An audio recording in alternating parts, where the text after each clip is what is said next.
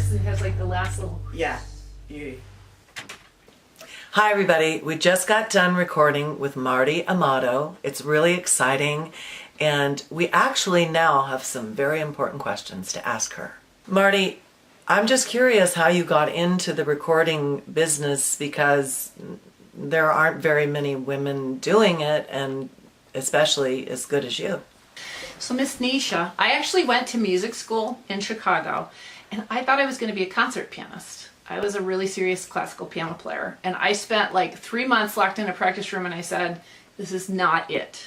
This is not what I'm going to do, because I like people, I like to be out with people, and I wanted more of a social career in music. So I ended up doing an internship my senior year of college, where I sat in the back of these huge studios down in Chicago with commercial music producers that were doing like McDonald's, United Airlines, when they did the Rhapsody in Blue campaign, if you guys remember that, like big, huge commercial things, and these amazing producer guys working with, you know, Chicago symphony players. Wow. And I was like, this is it. This is totally what I want to do. And so that's what I went for.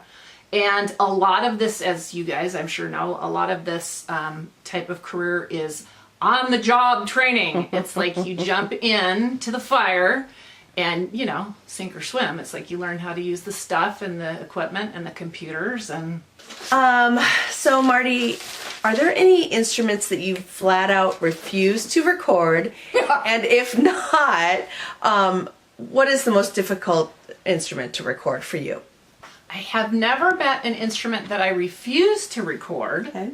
One of the hardest is probably violin. Yeah. It's really hard to get it, to get the right amount of, and I'm just going to go on record saying I'm not like a super duper engineer. I'm an arranger producer, and I'm a composer, and I'm a vocalist and a keyboardist.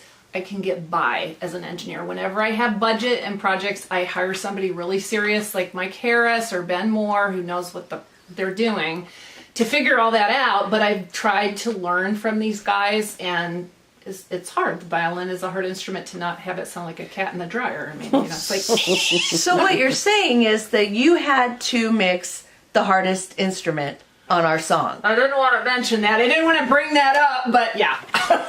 Marti, my question is, how can people contact you if they want to record with you? They can contact me through my website, which is www.amadomusic.net. There's an email and phone number contact on there. That's the best way. It also shows samples of my work. And I work a lot with singer-songwriters. That's kind of one of my favorite things to do. So come on. Yeah. I want to record you. Hey Marti, why don't you share with us, myself and little Pinot here, some of the people who you have worked with? I can't possibly list everybody. I know I'm going to leave somebody out, but some of the most fun kind of career highlight clients that I've worked for. I actually did a piece of music for Legoland, which is still at Legoland, the Pirate Shores attraction, when you go in the boat and shoot people with the water guns and you hear doo doo doo doo doo doo doo doo. That's my music. I've done, I had a French gypsy swing song that was placed in EA Games video game, The Saboteur, which was set in World War II Paris. Super and cool. It was really cool. Yeah, really fun, like retro song. And Allison Adams Tucker sang the vocal in French. Awesome. And we made it sound super retro. That was really fun. Just off the top of my head, some of the artists that I've worked with: Tolan Shaw, Christine Parker, Berkeley Hart, Molly Jensen, Eve Sellis, Mark Twang, Robin Henkel, Billy Thompson, Peter Sprague, Leonard Tucker, on and on and on. But a lot of wonderful people over the years, and I have to, give a shout out to some of the great studio musicians: Bobby Sale, Duncan Moore, Rick Nash, Rob Thorson, Rob Whitlock, Mark Intravia. These players are so good, and the engineers like Mike Harris. It's a very collaborative type of business, and you certainly don't make things sound good by yourself. So. Amen. Carlos Almeida is going to be really sad if you don't sing. Don't turn it off! My buddy Carlos killed me with his Sting takedown. Put that in. We love you, Carlos. I think so.